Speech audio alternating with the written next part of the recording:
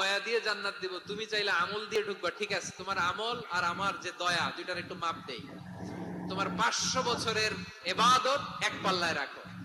আর আল্লাহ বললেন, আমি যে দয়া করে এই দুনিয়ার নাজ নেয়ামত বিউটি সৌন্দর্য দেখার জন্য তোমার দুটা চোখ দিয়েছিলাম, দুটা নয় একটা চোখ আরেক পাল্লায় রাখো। রাখা হবে, দেখা যাবে ওই 500 বছরের ইবাদত হালকা হয়েছে আর মুহূর্তের মধ্যে আল্লাহর দেয়া একটা চোখের নেয়ামত ভারী হয়ে গিয়েছে।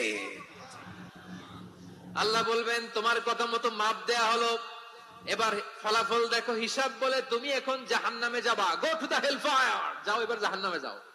মাপ চোখে যখন আসছো আমার সাথে হিসাব ক্যালকুলেশন, যাও তুমি এবার জাহান্নামে যাবা। এবার লোকটা কাচুমাচু করে বলে, আল্লাহ আমি বুঝি নাই, আল্লাহ আমি বুঝতে পারি নাই, খেয়াল করি নাই, তুমি আমারে ক্ষমা করো, তুমি আমারে মাফ করো। ও আল্লাহ, এবার আমি টের পেয়েছি, এবার আমি বুঝতে পেরেছি, তোমার দয়া ছাড়া দুনিয়ায় কেউ জান্নাতে যেতে পারবে না, কেউ পারবে না। আল্লাহ বললেন, ওরে গোলাম, তুই তো কিছুই ছিলি না, অস্তিত্বহীনতা থেকে তোরে অস্তিত্বে আনলো কে?